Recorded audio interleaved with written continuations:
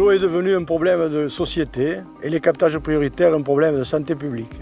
C'est pour cela que les collectivités locales, l'Agence de l'eau et la Chambre d'agriculture ont décidé de mener une action auprès des agriculteurs afin de les convaincre d'utiliser des pratiques agricoles respectueuses de l'environnement en évitant au maximum l'emploi des pesticides et en particulier des herbicides afin d'améliorer la qualité de l'eau potable. Bonjour, je m'appelle Thierry Fursten, je suis président des vignerons de Trémoine depuis 2012 et donc on en est venu à ce projet environnemental global au niveau de la cave. Et ce projet s'articule sur plusieurs thèmes, c'est-à-dire la confusion sexuelle et puis les mesures agri-environnementales avec labour et passage à l'intercept pour plus avoir de problèmes de résidus dans les nappes phréatiques. Je m'appelle Isabelle Fahin, je suis animatrice captage prioritaire à la communauté de communes Albert Côte-Vermeille-Libéris pour les captages de Bages et de Bagnols-sur-Mer. En ce qui concerne les collectivités, elles ont toutes progressivement abandonné les produits phytosanitaires et ont adhéré à la charte Objectif Zéro Phyto. Pour exemple, la commune de Bagnols utilise un désherbeur thermique à eau. Dans le département des Pyrénées-Orientales, nous avons plus de 200 captages publics pour l'eau potable par forage dans les eaux souterraines.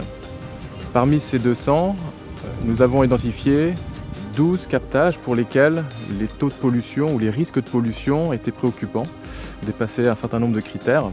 Et ça veut dire quoi? Ça veut dire que sur ces secteurs-là, les zonages réglementaires, les obligations qui existent, les pratiques qui sont exercées par les professionnels ne permettent pas de préserver la qualité de l'eau souterraine. La propriété se trouve dans la zone du captage prioritaire.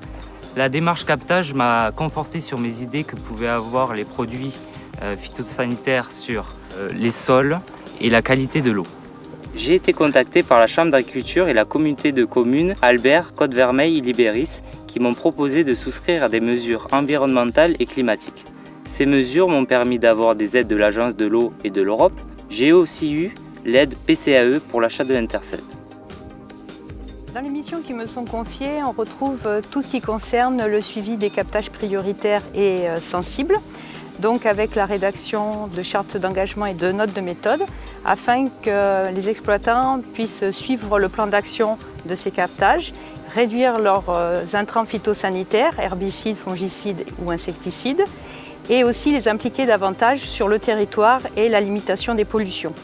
Tous ces projets ont permis d'impliquer les vignerons coopérateurs ou les vignerons indépendants sur le territoire. Et ce qui est à souligner aujourd'hui, c'est que plus de 200 agriculteurs ont souscrit des contrats pour diminuer leurs intrants, et ce qui représente 2800 hectares sur le département. Ce qui est important pour l'Agence de l'eau, c'est que les agriculteurs, qu'ils soient viticulteurs ou maraîchers ou arboriculteurs, se mobilisent pour réduire le nombre d'usages des pesticides dans leurs pratiques culturales pour améliorer ou restaurer la qualité de l'eau.